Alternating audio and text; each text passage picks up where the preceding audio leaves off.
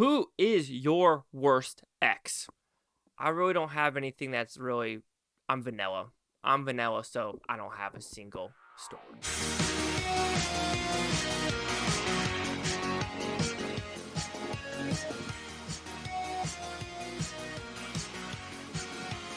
Chase Lee Hockey here at the Blue Futon reviewing worst ex ever. There's these worst roommate ever storylines. Now they're doing the X one. Of course, this is Jason Blum, and he's doing this on Netflix in a lot of them. So we're just gonna go through each episode real quick and to let you know how I feel like they were shot and how they are. Well, just overarching premise: the interviews are good. The stories in this are they're getting better than Unsolved Mystery, because Unsolved Mystery is starting to go in these weird realms. But let's jump into it. All right, episode 1, we have Dating the Devil. And this is, I think, the one that was in Washington, where there's a guy named Ben, and he is a very abusive person. I mean, anger management issues, control issues. It's range from Vegas to Washington to California, if I'm not mistaken. And he would go from X to X to X.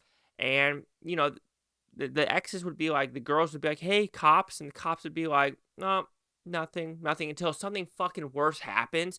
And then they finally do something with Ben. So I'm just thinking, it's kind of a underarching theme with America and cops. It feels like, and, George Soros DAs, we care more about the person doing the crime than the victim. And this is another one where it's like that, where it's like, people, do we not care?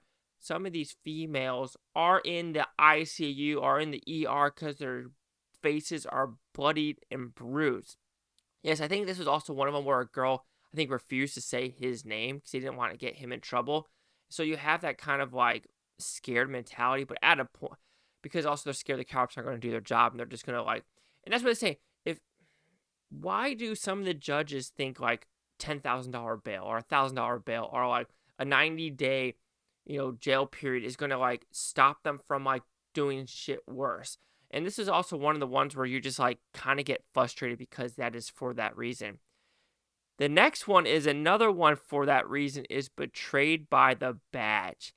This is one where I was shook. So of course this is one where a guy, he fakes being a cop. So then he rapes a girl. And this girl has a kid, and she's about to go to court for this rape case. She gets sent to jail because of something he did. And she's in jail for over 160, 180 days. Oh my, Nassau County in New York. What the actual fuck are you doing? Another one where the cops aren't doing their job. It's really? It's because he's faking a cop. He knows people in the police force. So he's like, hey, I didn't do this. This is shading as shit. Of course she sued, got over $2 million. Thank God for her, but my God, not seeing her, of course, deployments. This is not deployment. You're in jail for 180 days for something you didn't do because of this guy telling other people to fake something to say that they did. And you're just there's evidence that she was at a casino and you still don't use it. Oh my God, this one was frustrating. This one was shocking, frustrating. Just blood was boiling with this one. Overall, these are some pretty good stories in this one. Third one, Killing for Custody. Killing for Custody. Why do I not remember this one? It's starting to come back to me, I think. So this is a long custody. Oh, yes. These are about the Asians. So this is about a very shy dude meeting an older Asian lady at work. Then he meets her daughter. Child comes, but they realize the court. So this is where the court kind of did right on this one, where the court's actually, woman, you're not doing what you're doing. You're literally doing nothing. So that all full custody is going to the guy, which is absolutely correct in this case. And that is very rare for custody of kids to go to the husband instead of the wife. But the judge did it right this time. However, plot points, crazy shit. And again, this is one where the cops actually did the right thing. So this is a story where it's bonkers, but the judicial system did it right. The cops did it right, because at a point I was scared. because something happens at a house with both of them guns, and he's bloodied, they're bloodied, there's a baton everywhere. So the cops basically arrest everyone except one person. And that one person, it's understandable because they were kind of just standing in the hallway. He had a weapon, the other girl had a gun. But then the cops were like, why is there two guns? Why is this? Why is this? So they're thinking like, and the guy saying, where's my mom? Where's my mom? And they're thinking, okay, this is kind of odd because it is her house. Why are those two ladies there? And finally, this is where the cops actually kind of said, something's up. This is not smelling, this is not passing the sniff test at all. So this is one where I could say crazy Asian chicks in this one. But it wasn't as far-fetched because the judicial system and the cops did their job. But still, a pretty good story. And the final one, it is about a killing.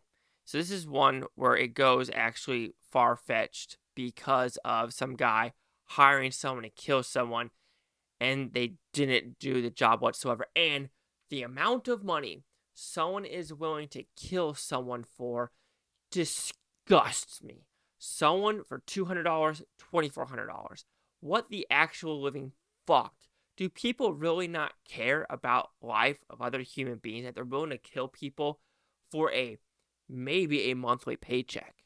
Literally a monthly paycheck for, okay, I know that's really low. That's like, only like 20 before taxes. That's like an Instacart. Okay, that's like Instacart, just part-time Instacart for a year, if you're doing that. But oh my God, like this one where had the facade of like, ooh, he's a good guy. He's a good guy. He's a good guy. Bam! He's not a good guy. And it proves that, yeah, he was not a good guy at all. And sometimes you need to listen to your family's gut feelings because they're right sometimes. But my God, this is the one. It was, like I said, it was a cold cut one. Pretty, I want to say simplistic, but this one was more shocked me of the amount of money people are willing to accept just to kill people.